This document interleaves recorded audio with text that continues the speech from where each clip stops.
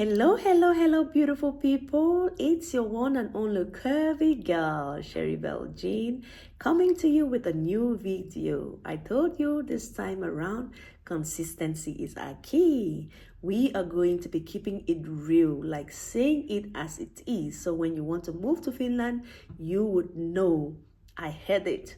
I knew it before I moved. Yes, if that is what you're interested in, and that is what you want to do, this video is for you. So grab a cup of coffee and let's roll. Let's roll, guys, right?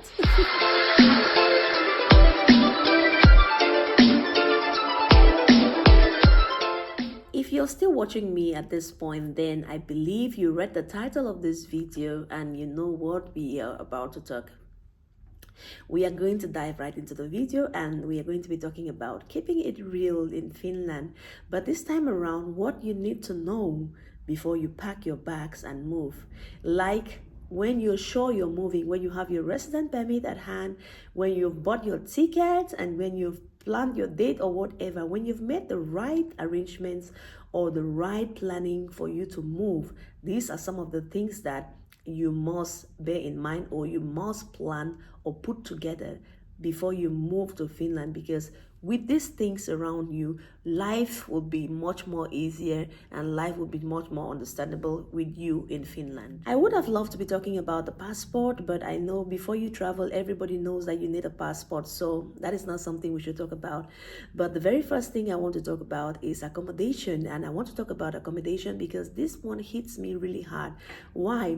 Because when we traveled here, we got accommodation online, and because it was said when you're coming in Europe, they have a law that when you're coming with a family of more than 5, there is this square meter that you must at least pay, you must rent. You can't come and go into a single room or what like that. So we had to rent an apartment, and then we tried VOAS. I'm going to be talking about that. These are some companies that will give you housing for students, especially at a very discounted rate. So we tried VOAS, but we didn't get what we were looking for. But then we ventured into Lakan. We didn't get what we were looking for. And then we finally went to Pirkipuki. And this is where I'm coming from. This is what I want to talk about. Like when you want to come to Finland, you have to look for accommodation and make sure you look for the right accommodation. If you're coming as a student, try to get a student apartment because it will be much more cheaper for you than a private apartment. Had it been someone told me before I moved, I would have gone in for maybe the student apartments that they have affiliation with the universities like VOAS and Lakan and others, but I went in for a private company. Like a private company, and here a living room is also counted as a room. So I went in for 2 rooms and a living room. It's huge, it looks big, but it's €1,000. €1,000 is like 700 and something CFA per month.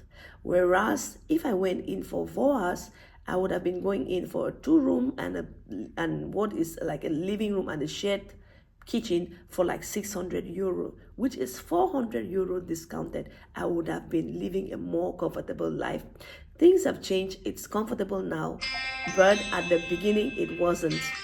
Now, talking about living in a student apartment, in the student apartment, most of the student apartment, the light is inclusive to the rent. You don't pay your electricity bill, but with water, you pay per head, and each person pays like €25 per person, €23 per person. So if you're living 3 of you, you multiply 23 by 3, and then you add to the rent, which is okay.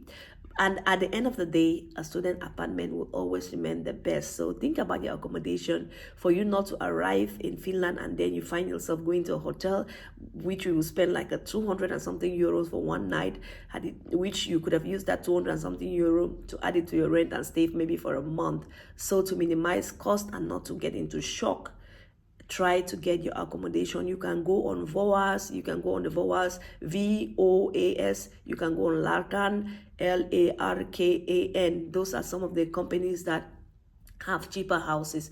You can write them and you can also try to join these Facebook groups like foreigners in Vasa or foreigners in Helsinki. You can join those groups, and in those groups they mostly sub-rent houses. Like people will be living during a certain period of time and they will say, I'm subletting my house for maybe 3 weeks, I'm subrenting my house for maybe 1 month, and then you get to pay just half of that. So you can also come in and sub-rent, then take your time to look for a house. But I will not advise that, because these days houses or accommodation is also difficult to get. They might keep you on the waiting list, and it keeps happening that there's no room available.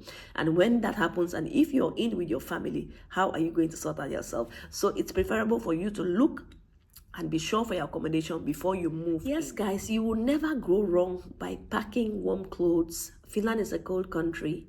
It's a cold country, and most of the times you will not see people dressing so all fancy like that, because it's a cold country. People will always be in jackets, sweatpants, and turtlenecks. People will always be dressed like that. So when you're coming, you're moving maybe from a warm area into a cold area. So it's good for you to pack up those sweaters, those pullovers, those turtlenecks, those long pants. Just pack up something that is warm. Do not come to try to look fancy. I'm not saying looking fancy is wrong. You could look fancy. There are some fancy jackets or whatever, but you have to protect yourself. So come with those warm clothes and warm things to buckle up yourself, so you don't get into a situation where you catch a cold or you catch something, because that is the next thing I'm going to talking about. In Finland, the truth must be spoken. Yes, and I said we're going to keep it real. It's not that country where you will just have maybe a headache and you rush to the hospital and they will pump you in with medications. No. Even when your temperature is so high, believe you me, some hospitals will tell you, or most of the hospitals will tell you, go back home, drink maybe Panadol or drink this one, and your symptoms are going to subside. They are difficult to give medication. So the next thing you want to put in your bag is first aid box. And if you're coming with kids, I beg you, make sure you make provisions for medication for fever, medication for coughing, medication for running nose, medication for stomach upset, medication for all those things, especially when the children are maybe below 1 year. You will face it hard. You will go to the hospital, even if the child is making as if the child is almost giving up. Nobody will give you medication. They will tell you the baby is too young for medication. The baby's immune system is going to fight whatever germ or whatever symptom the baby is facing. It's going to fight it, and then the baby is going to be healthy again, which is true, because I can see that.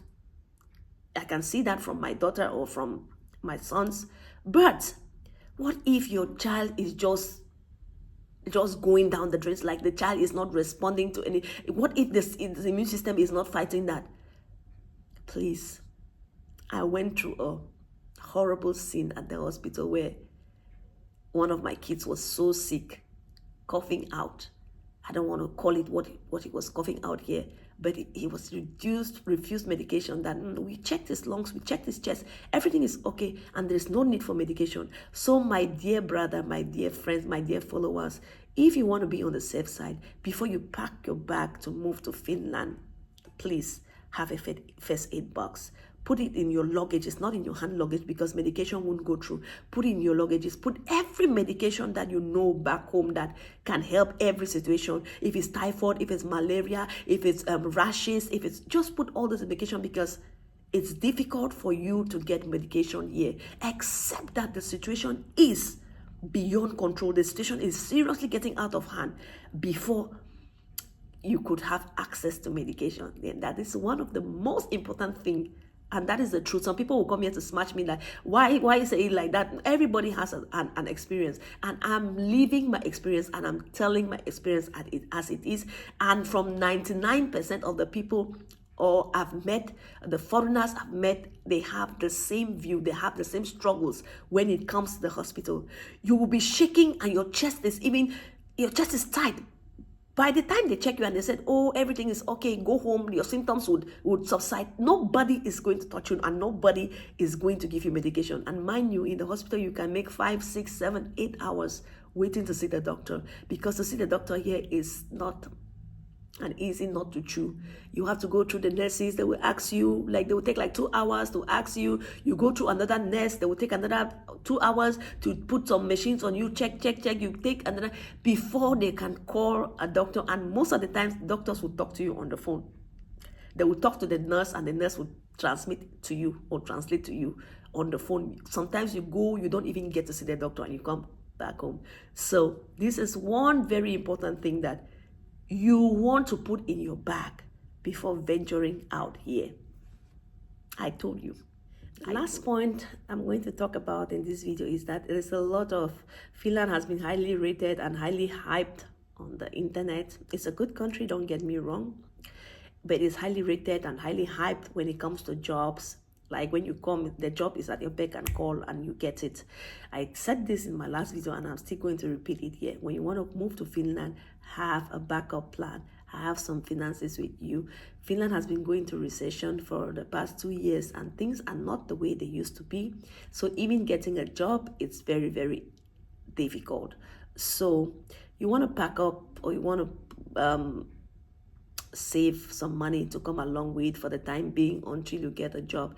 Do not just venture that, oh, they said Finland has good jobs, Finland has lots of jobs, so when I come, I will just get a job, be it a cleaning job, be it a dishwashing job, be it a newspaper job. I will just get a job and then life will be easy. No. My dear friend, my dear friends, my dear friends, my dear followers, do not come empty-handed. Make plan for at least 6 months.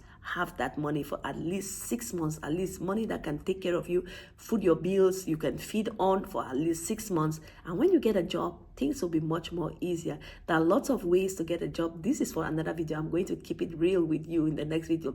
There is this association or this NGO, should I call it an NGO or an enterprise or an entity that is called Kela, that many people go on to. Maybe I should keep that for the next week. Let's talk about Kela, the benefits of Kela, how people get housing allowances from Kela, maternity allowances from Kela, childcare allowances from Kela, your daily upkeep from Kela, your a lot of things that you can get from Kela. Let's leave that for another video. But this is your girl Cherrybelle Jean. If you're not yet a follower or a subscriber, what are you waiting for? Follow me on all my social media platforms. On TikTok, I am Expat Sherry. Follow me there for fun. On Instagram, I am Sharon7884. And on YouTube, I am Cherrybelle Jeans TV. If you want to have news, if you want to be current, if you want to have ideas, tips on moving to Finland, please, this is the place for you. Don't forget to like, share, comment, and make my videos go viral. It's always your girl, Cherrybelle Jean. I love you all, and peace out.